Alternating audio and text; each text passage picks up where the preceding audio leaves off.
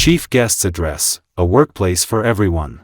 Respected dignitaries, distinguished guests, members of India Diversity Forum, ladies and gentlemen, thank you for giving me this opportunity to speak about the topic that is something which is very close to my heart.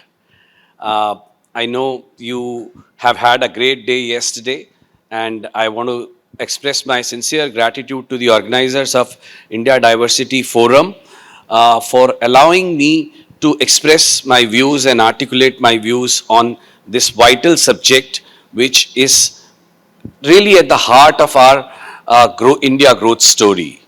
Why diversity, inclusion is more important, and something I'll cover in my speech. Uh, to start with, do we have really a business case for the diversity? Do we have the use case for diversity and inclusion? Or is it just a compliance, or it's just about a boardroom discussion or a fancy discussion at the management meetings? If we can find the answer to this, we'll have a more sustained success in our initiatives on diversity and inclusions. My answer to this is astounding yes. As a leader of HDFC Securities, having spent almost 3 decades in the financial services, I can tell you, I can vouch it, there is a very strong business case for diversity. We have seen and reaped in benefits of diversity, inclusion in financial services for sure. I can talk and vouch about financial services. Of course, there are other representatives who can give you equal amount of inputs on their respective industries also, but I think it's all prevailing and not just confining it to one particular industry. What it brings on the table, I think it is all about bringing the value. When you go for a diversity, particularly when you go for a gender diversity and get more inclusive with the people coming from different racial background, culture, what you bring on the table is a very different perspective. And surrounded by 2 women, 1 wife and daughter at home, I can tell you they are much better at work. They are much better when it comes to doing multitasking, where they are really better at eye for detail as compared to men. So definitely they bring in the different perspective, different value. And it's not just for the heck of talking about that, it's just about the perspective. I think what they bring in, they transform the culture for any space wherever they participate. We have witnessed them playing an active role in meaningfully transforming the organization's ecosystem with the innovation, with commitment, with discipline, with passion, with eyes for details on the respective topics. So there is a definitely use case and business case for diversity, and it should not be remained as a top level or a board level or management level discussion. We should see this in action. And there are multiple reports that substantiate that companies that have adopted the diversity, they are 25% more profitable. They have 50% more innovation. They have definitely higher retention rates, and they are able to innovate better. They are able to bring in the different perspective, and also they are better at customer experience across. So that way there is a definite use case for the diversity also. I think my topic or theme that was allotted to me was talking about workplace for everyone. What is workplace for everyone? Is it a brick and mortar space we are talking about, or is just about an empowerment? I feel workplace for everyone is all about the empowerment. It's not about the brick and mortar space. We've seen that how in last few years things have transformed. In the Western world, they were already working from anywhere, working from home. COVID taught us that we can also work from anywhere and work from home also. That has given us enough and more strength, enough and more ecosystem that we could able to be more inclusive. And workplace for everyone can be really a more empowering. If we are talking about today going to be a Viksit Bharat by 2047, we can only do the same by harnessing the human capital in India. With 1.4 billion people and young population with the median age of just 28, if something we can leverage to become a developed nation, that is the human capital. And human capital, if you look at it, it's divided in gender by 50-50%, whereas at the workplace, the contribution of women is just about less than 20% as on date. Maybe in some of the companies it is slightly higher. Financial services is where it is close to upwards of 20%, and for HDFC securities where we have about 27% diversity, and we are yearning to increase it as a business case and not just as a dialogue only. So the point I was mentioning that, there are definitely merits for the business case. What are the stumbling blocks?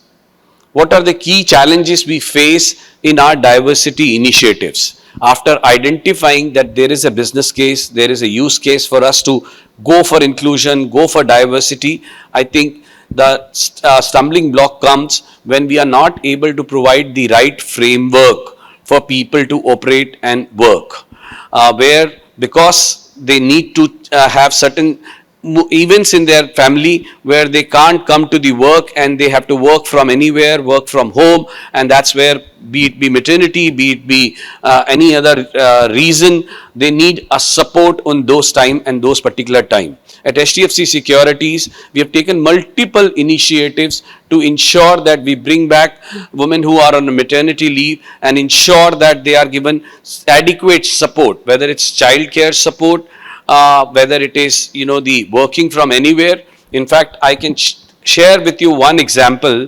Our tech lead, Gunja, who heads our HDFC Sky platform, complete development of that platform, work out of 100 kilometer away from Nagpur, and she runs a large team of the development spread across entire India.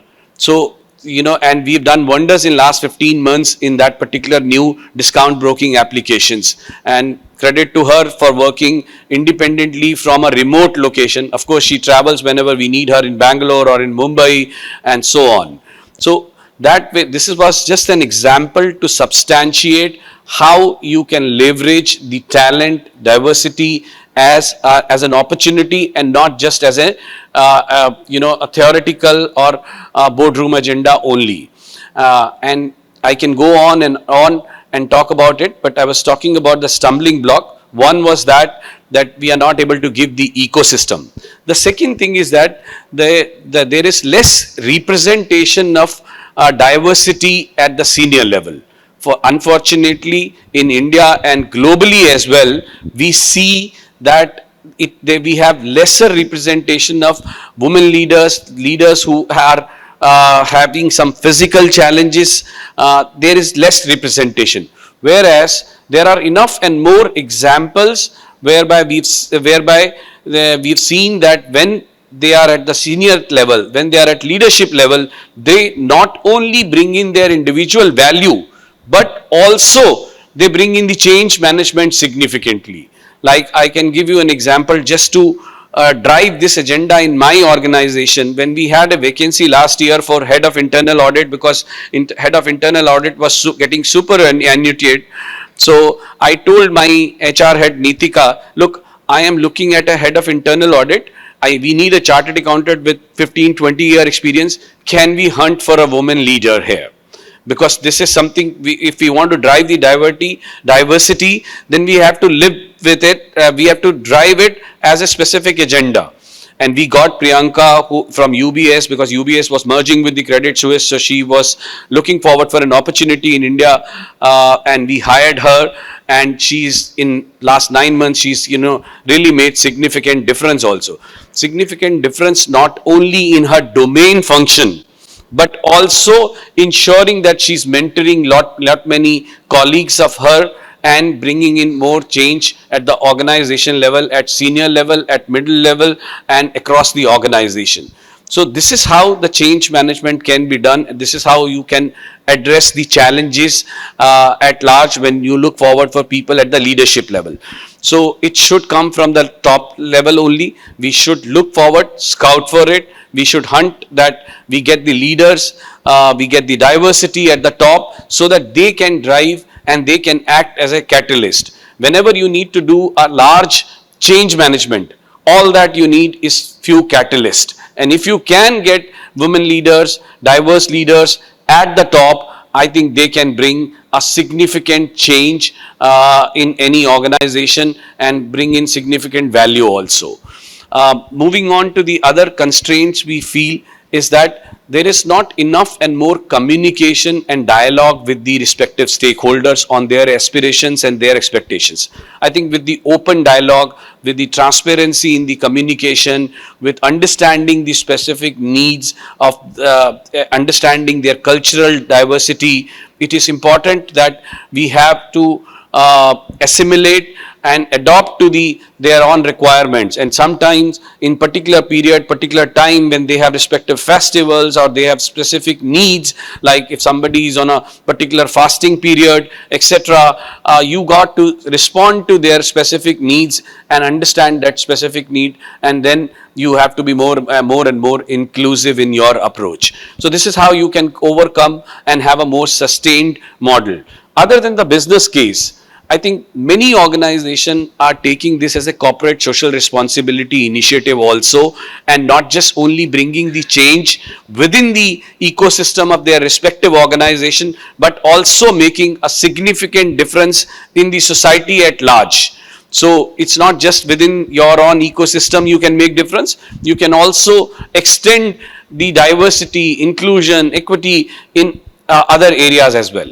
And my view is that if in India we need to transform the India and make best out of the human capital, it has to start with the financial literacy, it has to start with the education. That's where we can make a significant difference, because when it comes to independence, one first level of independence is financial independence. And thank you to the Government of India's initiative 10 years ago on Jan Dhan accounts. Now we have a far higher penetration of accounts, particularly for the women investors and women customers. They could able to open their account. Now with the UPI, they have the empowerment to transfer money, invest money, and use money as per their requirement also. So this is a significant empowerment. And I think, I would urge audience that do not limit your diversity agenda only to your own organization, but also look at exploring the opportunities where you can contribute. It can start with your domestic help, it can start with your building security guards, it can start at a much larger scale if that time and resources permit to you.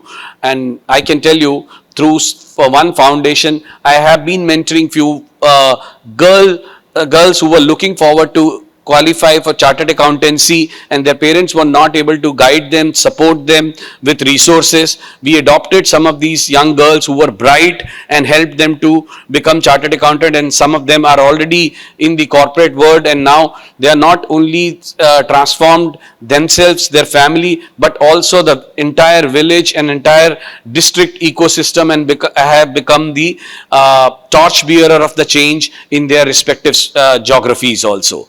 At HDFC Securities, we have a large corporate social responsibility budget available with us. Last year, we dedicated close to 10 crore rupees only on financial literacy, and we worked with the 1,000 plus teachers, more than 400 schools in Maharashtra, and 50,000 students to just talk about the financial literacy basics on the finance, so that they can have first start with the empowerment at their level. So this is the kind of inclusivity one can work on: business case, social responsibility, personal contribution, and that's how we can make a significant and sustainable change.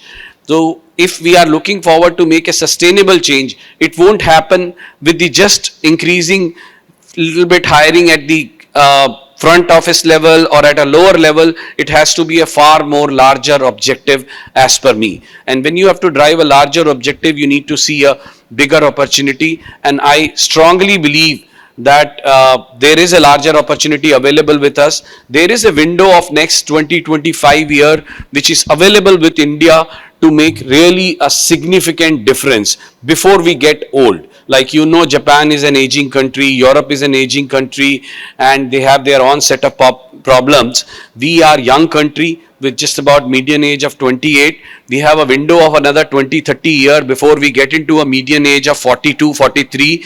That's where you start to have more dependent population than more earning population. And this 3 decades of opportunity is something we have to leverage, and leveraging the diversity, leveraging the inclusion is the only way for us to become Viksit Bharat.